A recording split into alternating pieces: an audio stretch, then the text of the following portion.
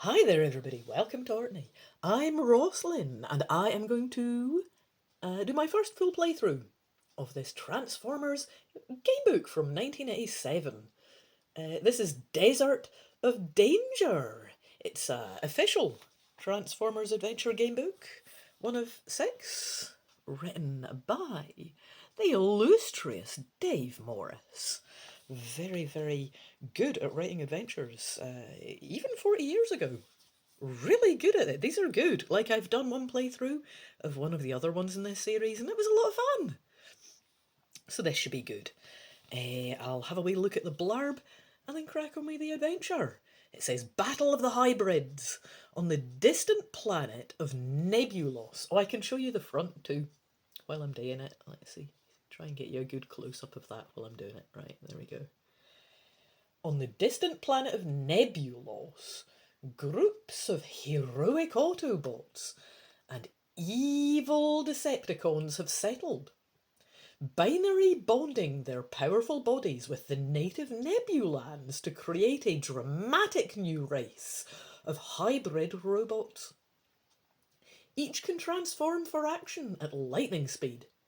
Now the terrible battle between good and evil continues on Nebulos.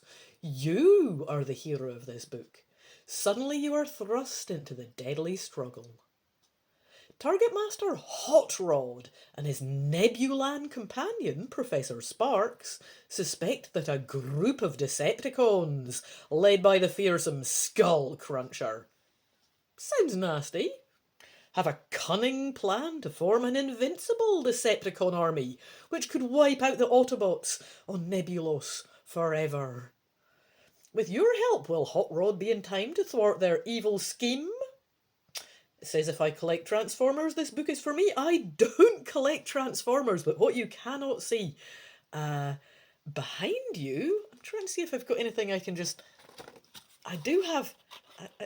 I do have this guy that I made out of, I think, 2 sheets of card many years ago. And this guy, who is the worse for wear, but made at the same time. You can see he's faded a lot. His ink is not as good at being light fast. Well, this guy, it's acrylic paint because it came out looking so crappy on my cheap printer at the time. And so that's why his colours have lasted, because I had to go over the whole thing when I made him, because I wanted him to actually look good instead of a bit like crap. Whereas this guy turned out looking good to begin with, but of course, blue and red especially just couldn't last. Anyway, I do have those guys, and I do have a whole load of Gunpla. Gundam models that I have recently taken up building that are just behind the camera there, that you see in many of my other videos. Anyway, point being, I don't collect Transformers. These two guys are. That's Optimus Prime and what's his face, isn't it? I must have seen it when I was a kid, but I have not got a clue about Transformers. Beyond my playthrough of the previous Transformers books. Book, I should say. There's only one that I've done a playthrough of. Right, so this was written in 1987, like say, by Dave Morris, and it was illustrated by Bob Harvey. It's a young corgi book. It's got a wee bit at the start that just says, explaining you're the main character. It says in this story, you are a starship co-pilot, and there are some incredible adventures in store for you on the planet Nebulos. He's just clarifying that what happens depends on my decisions. It's a branching narrative story, basically. I'm to fasten my seatbelt and fire my retro rockets because I'm about to land on the fabulous planet Nebulos. Alrighty. Consider myself, clunk click, strapped in. Fired my retro rockets. Oh, had 2 of them. Job done. Plural rockets. And let's get started with this lovely illustration here. Did I say Bob Harvey did this? Let me just check that before I... Yep. Cool. How nice is that? What a cool scene. I can't comment because I don't know what it's about. Anyway, as co-pilot of an interstellar cargo ship, You are used to visiting far-flung corners of the galaxy. But you have never been as far from Earth as you are now, for your latest haul has taken you beyond the galaxy's rim to the solitary star system of the planet Nebulos. While Harry, the pilot, guides the ship expertly towards the spaceport, you turn to look back at the galaxy. It appears as a great silver cloud filling half the night sky. It is so far away that none of the stars is visible as more than a tiny dot of light. The sight is so breathtaking that you barely notice the jolt as the ship touches down. Harry flicks the switches on the control panel in front of him, then pats you on the shoulder as he gets up. "Daydreaming youngster," he says with a laugh. "You had plenty of time for that before we landed. Now, I gotta get our flight papers filed with traffic control here. You get yourself back to the cargo bay and see to making a few deliveries, eh?" You make your way astern to check the ship's cargo. Opening the bay doors, you pause and look out across the spaceport. Oh, that must be it in the picture. This mining town is the only settlement on the planet's equatorial continent, which is otherwise entirely covered in greenish-white desert sands. Harry has told you that the miners who live and work here have a nickname for the desert: Dust Bowl. Feeling the hot, dry air that stings your nose and eyes, you can see what they mean. Give me a little peek at that spaceport again. Now that we came at it, that's what it is. Having a wee look out across it like the character is. And I'm to turn to 7. Oh, it must be, page 7 it says. Oh, it doesn't have headers. I was a bit baffled because it just launched in. That's fair enough. No. Page 7. Got it done. You can see Harry walking across the tarmac towards the traffic control complex. Beyond him stretches the city, which looks like a mass of steel and glass tubes. As night falls, it is beginning to shine with hundreds of glittering neon lights. The miners work hard here by day, extracting the ore that lies in rich deposits under the sand. Now they are streaming back to the city in hover cars, ready to relax in the bars and nightclubs.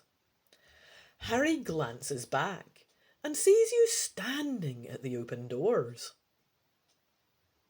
"Hey," he yells back, "what have I told you about daydreaming? Come on, mate, hop to it." You grin and wave, then turn your attention to the stacked crates in the hold. One particularly large box contains a vehicle. An Earth-type sports car, sleek and brightly decorated with fiery paintwork. A smaller package is labelled as containing computer disks for a Professor Sparks. The crate nearest to you holds bottles of Syrian brandy to be delivered to the Wolf at the Door nightclub. So, I get my first choice already.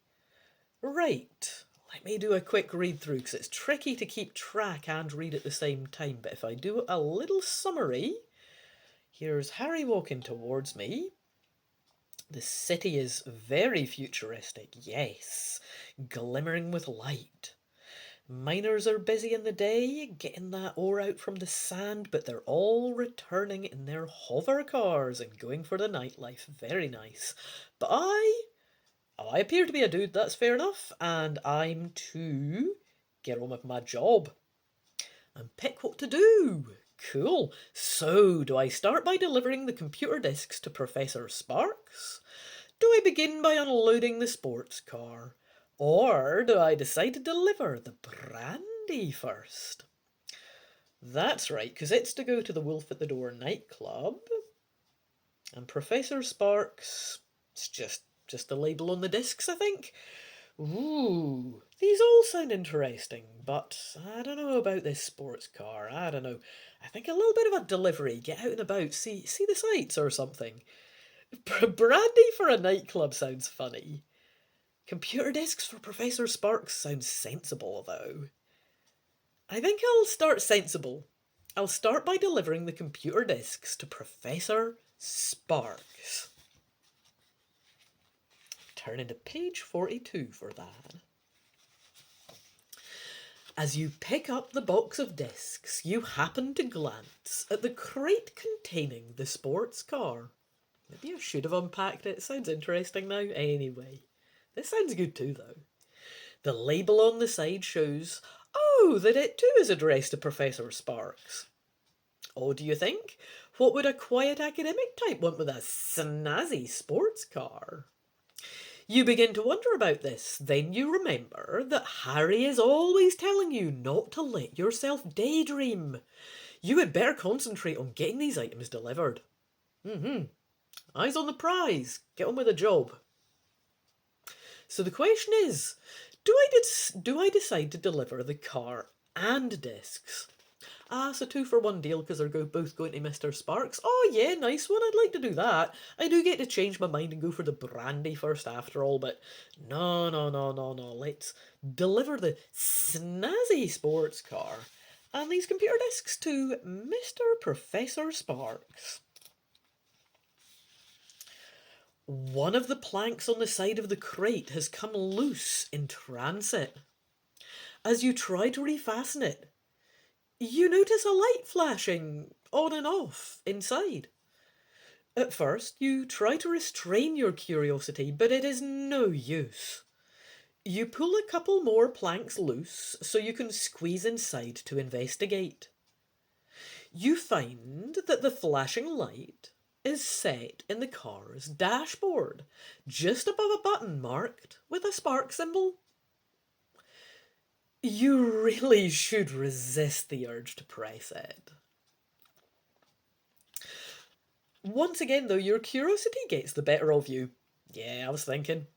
Anyway, the button clicks and suddenly the whole car begins to shake. You're out of the crate again within seconds, watching dumbfounded as the crate splinters into matchwood. Ooh, the snazzy sports car's got to be a transformer, isn't it? The crate is splintering into matchwood and a red and gold robot steps from the wreckage and waves cheerfully to you. Hi! I don't know how these guys talk, so bear with me. Hi, he says. I'm Hot Rod. Thanks for the wake-up call. I guess I must have dozed off after the first dozen parsecs or so. So we've arrived on Nebulos then? Great! You try to answer, but you're so astonished that you can only make a gurgling sound as you open and close your mouth. Wow! You finally manage to stammer. Where did you come from? Hey, says Hot Rod proudly. I was the sports car. I'm one of the heroic Autobots, you see, and we have the ability to change into various earthly vehicles and weapons. Now, there should be a parcel for the prof around here someplace. Excuse me, you say as he begins to look around the cargo bay? But why did you decide to travel all the way to Nebulos in a crate? Hot Rod picks up the package of computer discs addressed to Professor Sparks. Lack of funds, pal, lack of funds. You know what it costs to travel on an interstellar passenger liner? Ha! No, neither do I. And I don't want to find out. I figured if I turned into my automobile form, I could get myself shipped to Nebulos, and freight is much cheaper. Makes sense, yeah? For an Autobot, sure. You reply nodding. Dude makes a fair point. Hot Rod makes for the bay doors. Well, I'd better get these discs over to the prof. He is probably pacing up and down his lab waiting for me right now. Do you want to come along for the ride? So the question is just, do I want to go with Hot Rod or just be like, nah, explain you've got other deliveries to make. You just go with the brandy after all, I guess, is it? Oh, we get this lovely picture of him punching his way out of his box. I believe that's shards of the box and splinters there. Absolutely glorious. Obviously, I want to go with Hot Rod. This club will just have to get its brandy another time. I don't know. Hot Rod descends the ramp and waits on the tarmac while you close the spaceship doors. Wouldn't it do to have someone rip off all our cargo? You say to him. He nods. Oh, for sure. But there is not much theft on Nebulos. In fact, the only criminal types around here are the Decepticons, and they're Nebulan henchmen. And the kind of crimes they get up to aren't theft, but something much more sinister. After Hot Rod has changed back into his sports car form, you pick up the box of computer disks and clamber into the passenger seat.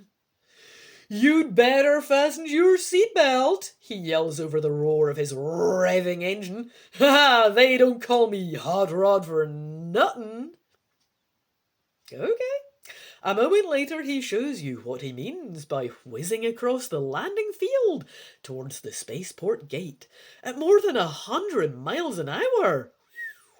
The acceleration is so fast that you feel like you've left your stomach about 20 meters behind. Gripping the dashboard, you enjoy the cool wind whipping past your face from the open window. A refreshing change from the baking heat rising off the tarmac. And as Hot Rod beeps his horn at a group of spacefarers who are walking towards the arrivals lounge, you both laugh at the startled expression on their faces. You'd think they'd never seen a car driving itself before, says Hot Rod. I know, what if they lived under a rock their whole lives? You head west out of the city, and the paved roads and tall buildings soon give way to a dirt track fringed with unearthly cacti. The greenish-white desert sand stretches off as far as you can see. After a few minutes, a low, dome-shaped building comes into view. Oh, that's the prof's lab, says Hot Rod, screeching to a halt beside it. A robot about your own height emerges from the building, and Hot Rod introduces him as Sparks. Oh, I'm just checking who's talking. Yep. Oh, the prof's the top boffin on Nebulos, Hot Rod says, slapping the smaller robot on the back, plus which he transforms into the niftiest electrostatic discharger rifle this side of Andromeda. Sounds useful, question mark? Anyway, cool, I can't do that, I'm impressed. Anyway, moving on. Professor Sparks chuckles. My young friend exaggerates at times. I'm really quite an ordinary electrostatic discharger rifle. Don't let this false modesty fool you, Hot Rod pretends to whisper behind his hand. His atomic batteries pack enough volts to stun a dozen Decepticons. Even though it is now an hour after sunset, the dry air is still as hot as an oven. Sparks notices you wipe your brow and suggests going inside. His lab is fully air-conditioned. The nights are hot here, he explains as the three of you step into the cool of the building. Unlike deserts on Earth, where I'm told it can get rather cold once the sun goes down. That's because Earth sand doesn't trap the daytime heat, but Nebulan sand has a more fluid makeup with a high heat capacity. In fact, hey, Prof, groans Hot Rod, covering his ears. You aren't gonna give us one of your science lectures, are you? We get this lovely picture here, but I also get a choice. This is us going outside, or coming up to the lab, I should say.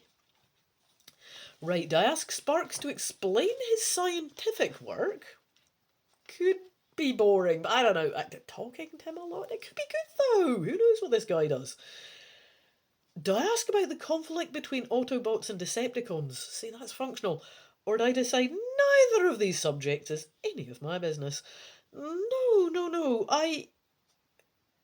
You know what I do want to know about his scientific work. Let's hear about it. It could actually be really good. Go on then. He is only too happy to answer your questions. Pointing to a giant dish-shaped mirror on the roof of the building, he says, that's a parabolic reflector. My experiments involve reflecting the light from a laser that I have mounted on a satellite in orbit. By observing the phase shift, Hot Rod interrupts impatiently. Oh, this stuff makes my circuit switch off. Can't we go into town or something?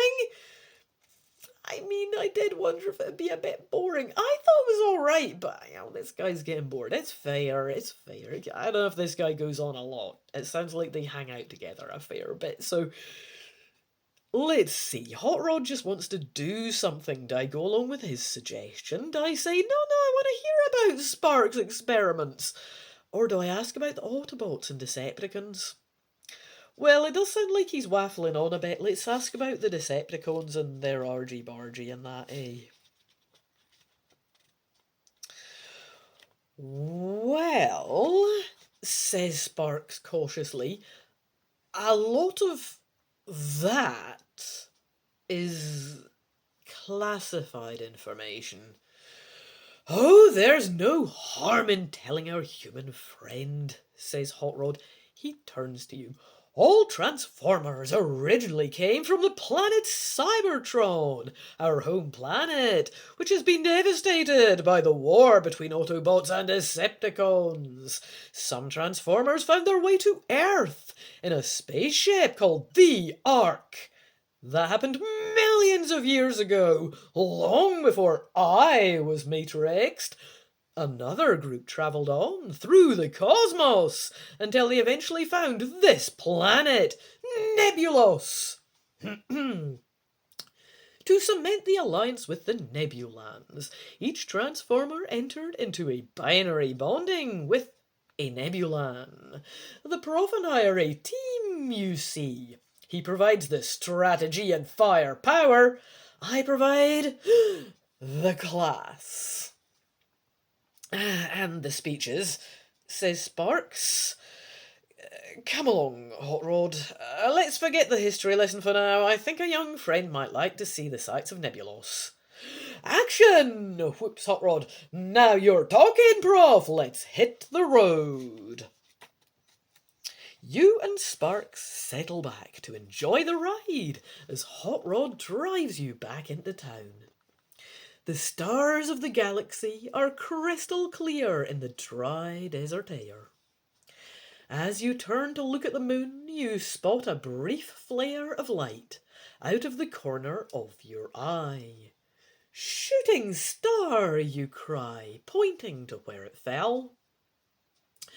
That's the second unusually bright meteor this week, says Sparks. Normally they burn up in the upper atmosphere, but it looks to me as though that one made it down to the ground. Perhaps we should detour and investigate. It's probably come down a couple of miles off the road. No way, says Hot Rod. We're going into town. I know you, Prof. If we go over and check out that meteor, You'll fritter the night away on a bunch of tests and experiments. It'll keep till tomorrow. Yes, that it will, agrees Sparks. He settles back in his seat. Let's be daring and visit one of these nightclubs you're so fond of then. Oh, have I delivered the consignment of Syrian brandy? No, I was delivering the sports car and the discs. I haven't delivered it, no. I must go to 50 because I haven't. Oh, right, so we're going to the nightclub and the point is I've not delivered it yet, so let's bring it. Fair point. You have an idea. I've got a crate of brandy to deliver at the Wolf at the Door Club. You tell the others. Why don't we go by way of the spaceport? And then I can pick it up. We can kill two birds with one stone. It takes only a few minutes to reach the spaceport at Hot Rod's top speed. Oh yeah, he's really fast, didn't it say he goes 100 miles an hour or something? Anyway, this time everyone assumes that Sparks is driving the car, so you get no odd looks from passers-by. Once you are aboard the ship, you go to fetch an anti-gravity pod. These small devices make cargo weightless so that it is easier to unload. Handy. Oh, you won't need that, says Hot Rod. He lifts the large crate of brandy as though it already weighs nothing. Oh, because he's like a robot, though. Look at him, he's big and buff. Oh, look at them guns picking up that big crate like it's nothing. You go, Hot Rod. Nice and impressed. Anyway, you slip the anti-gravity pod into your pocket. Back on the tarmac, Hot Rod decides to show off. He tosses the crate into the air, then transforms into his car shape and speeds around so quickly that he overtakes it before it comes down. The crate sails through his open window and lands softly on the back seat. Nice trick, says Sparks, clapping. Good job it landed on the seat, though. I don't think the shipping company had that kind of treatment in mind when they labelled it fragile, handle with care.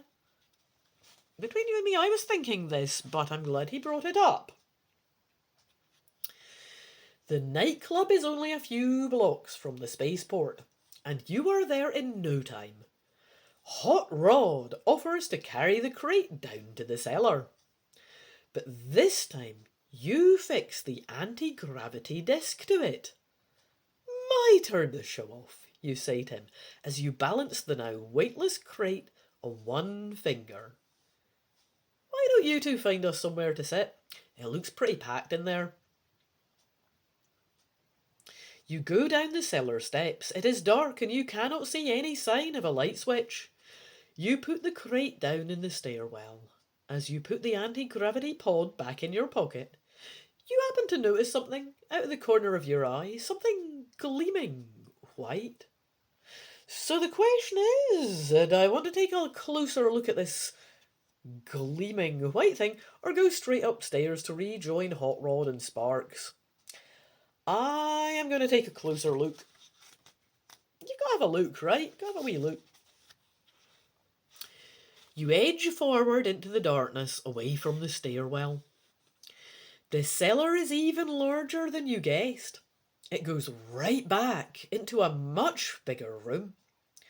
You peer into the distance, but you cannot see a thing in the darkness. Your feet brush against a tarpaulin. It seems to have been thrown over something next to a stack of boxes, as though somebody tried to hide something in a hurry. You pick it up and give out a gasp of horror. The gleam of white you saw was a pile of gnawed human bones! You don't want to stay down here a moment longer than you have to. After hurriedly replacing the tarpaulin, you run up the stairs. I do. Even the deafening music is a welcome contrast to the shock you've just had. Hot Rod sees you and calls you over to the table where he and Sparks are already enjoying a drink of high-grade oil. "We think this stuff is delicious," he says, "but I don't imagine you'd enjoy it. How about a glass of cola?" "What's that? What?" you shout back. "Oh, I can hardly hear you over the noise of this music." A tall, blue-grey nebula lumbers over to your table. "If you don't like the music," he growls, "why don't you just buzz off?" Now, see here, protests Sparks, but Hot Rod interrupts him. "What's it to you, buddy?" says Hot Rod angrily, getting to his feet. "We're having a private conversation and a private drink." "Not here, you're not," snarls the blue-grey Nebulon. "I'm Monzo, and I run this club. We don't serve humans. If you want to hang around with your human friend here, you can do it elsewhere, but not in my club." Hot Rod is not pleased. He looks in a mood to argue, but Sparks puts a hand on his arm. "Cool down, my proud young friend," he says. "There are plenty of other places in town. If this loudmouth Claude says we're not welcome, let's just take our custom elsewhere." "Lucky that your boffin pal has got some smarts, sonny," Monzo calls after Hot Rod as the three of you leave. "I'd have been happy to put you on the scrap heap." Well, he's not nice, is he? Fuck him in his club. Right, here he is, being mean to us because I'm a human. Racist or something, eh? No call for this bigotry. And I'm not just saying that because I'm a person. I'm against robophobia too. Anyway. Outside on the pavement, Sparks gives a sigh of relief. "I didn't think much of that place, Hot Rod," he says. "I don't know what it is that you like about nightclubs." "Oh, they're not as bad as all that, Prof," laughs Hot Rod. "And not all nightclub owners are bad-tempered bozos like that Monzo character. Let's go someplace else." He changes back into his car form. "Is there anything I want to mention about the cellar of the club? The bones, yes, just asking yes or no. Suppose I might not know about the creepy bones. I definitely want to ask about them, though." You tell them you think there's something suspicious going on in the nightclub's cellar. "Not only that," you say, "it just occurred to me, if they don't serve humans, what did Monzo want with a crate full of brandy?" Says Hot Rod, resuming his robot form again. "Maybe you're right. I don't think we'd better let this pass without investigating." Sparks agrees. Turning to you, he says, "We'll wait around here for a while. Then you can creep back in and hide behind the bar when everyone leaves at closing time. Yes, after they've locked up for the night, you can unlock the door and let Hot Rod and me in. We can check out the cellar at our leisure with the place deserted. That way there's less chance of getting caught." It sounds as though what they're planning will take most of the night. It's asking, do I want to tag along or not? Well, yeah. It's an adventure, innit? I mean, what else am I going to do? It might take most of the night. That's all right. What else are we doing? Let's tag along, eh? Right. The first part of Spark's plan goes smoothly. When it comes to closing time, the android bar staff are so busy getting the drunken Nebulans to leave that they do not notice you duck down behind the bar. Once you are sure that everyone has gone, you peek up from behind the bar and then creep over to the door. Hot Rod and Sparks are waiting outside. You unbolt the door and they dodge quickly inside. "I hope we went spotted," says Sparks nervously. "Technically, what we're doing amounts to breaking and entering."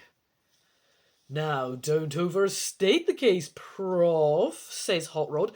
"We haven't done any breaking now, have we?" You're just as nervous as Sparks, but with Hot Rod leading the way, you descend into the cellar. At the bottom of the steps, you see an archway leading through to a much bigger room. Lights are on in there, and the three of you quickly slide into the shadows. You peer cautiously into the room. To your amazement, you see a giant robot wolf that has just entered through a large sliding door in the opposite wall. It has a metal cylinder in its jaws. "That's a weird wolf," whispers Sparks. "He's one of the Decepticons. Particularly nasty piece of work, even for that band of evil rogues." A hatch flips open in Weird Wolf's back, and you see the nightclub owner Monzo clamber out. He's greeted by a Nebulan, who he addresses as Vrath. I'm going to show you this picture before we launch into them chatting. So there's the Weird Wolf.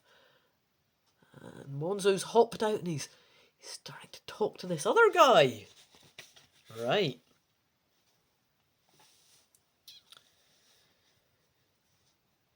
"Did you have any trouble getting it?" asks Thorath as Monzo climbs down to the floor. Weirdwolf just watches them with a look of dull savagery in his eyes. Monzo shrugs and glances up at the steel cylinder. "Not much. It was an easy task for Weirdwolf to sniff it out. Had to kill a space pilot who was taking a walk out in the desert, though. You must have seen where the cylinder fell." "I expect Weirdwolf enjoyed that," says Vrath dryly. Weirdwolf puts the cylinder gently down on the floor beside them. "Tore them to bits, I did," he growls. "None on us can spy. Snoopers and spies all will die." Vrath gives him a look of contempt, and then turns back to Monzo.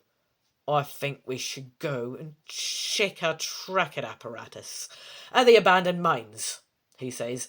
"Maybe the pilot you met had a chance to tamper with it before you killed him." Monzo nods. "Good idea. Come on, Wolf." You wait as the three villains leave by way of the sliding door. The question is, do I want to take a closer look at the strange metal cylinder? Or just leave? Yeah, I think we've got to look at this thing. They don't know we're here. It's not going to be a bomb, I hope. I don't think it should be. Just a wee look, right? As you advance cautiously across the room, Sparks points to a second metal cylinder standing beside the door. Hot Rod notices a glass screen set into the top of each cylinder and peers inside. "What can you see?" you ask him, startled by the sound of your own voice as it echoes along the hall. "There's a robot inside each of them," he says. "They look like attack squad robots, robotic infantry used by the Decepticons in the war on Cybertron. But they're floating in some weird chemical, and they seem to be deactivated." Sparks has taken a look at the other cylinder. "You're right," he says. "These two are ASRs, but they seem to be an advanced model, equipped with lasers and atomic power batteries." "Wow!" gasps Hot Rod. "An army of these dudes doesn't bear thinking about. What's going on, Prof?"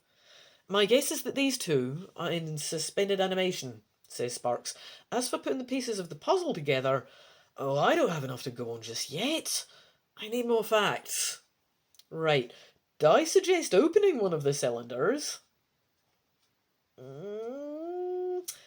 No, hasn't Sparks just said, I don't know what an ASR is, but he says they're advanced and have lasers and stuff built in?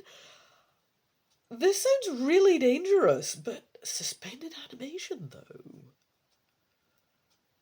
I don't know. So, I can have a look, or decide it's worthwhile having a look at the brandy I delivered here earlier, or just leave. Do we want to look at the brandy? Is it even brandy? What's he getting brandy for if he's not allowing humans? It's suspicious. I don't even think it's brandy. Let's have a look. It's not! Oh, here's me just thought I was talking guff. Right, well, apparently it's not. Plot twist. Right, well, Sparks says, why, this isn't brandy, exclaims Sparks as he examines one of the bottles. It's a what? It's a catalytic stimulant. In plain language, please, Prof, says Hot Rod. Sparks points to the steel cylinders. Those ASR robots are in a kind of deep sleep.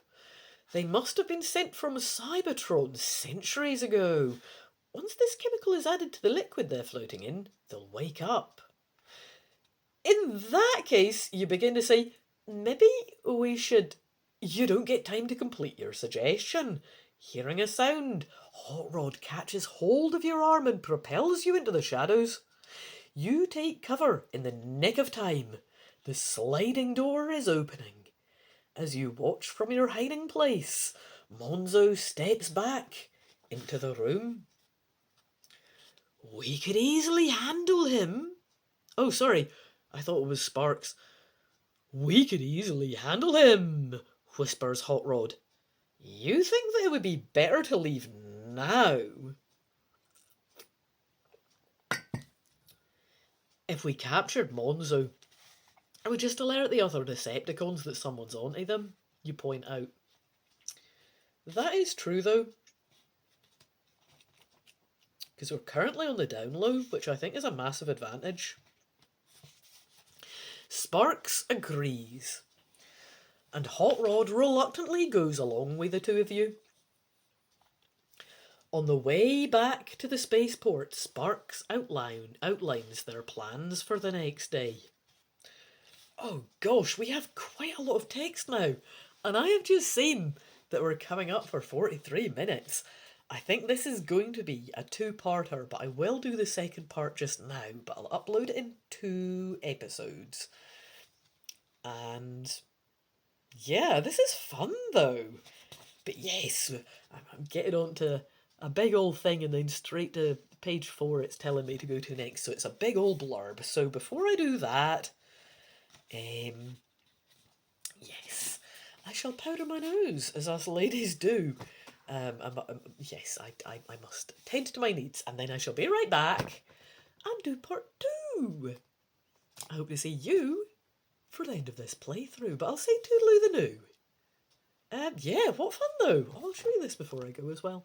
Give you one last look at that Desert of Danger here, midway through my first full playthrough of this fantastic book, actually. I'm having a lot of fun. This is great. By Dave Morris, lovely Transformers book. Vintage book from the 80s. Yep, see you soon. Bye-bye.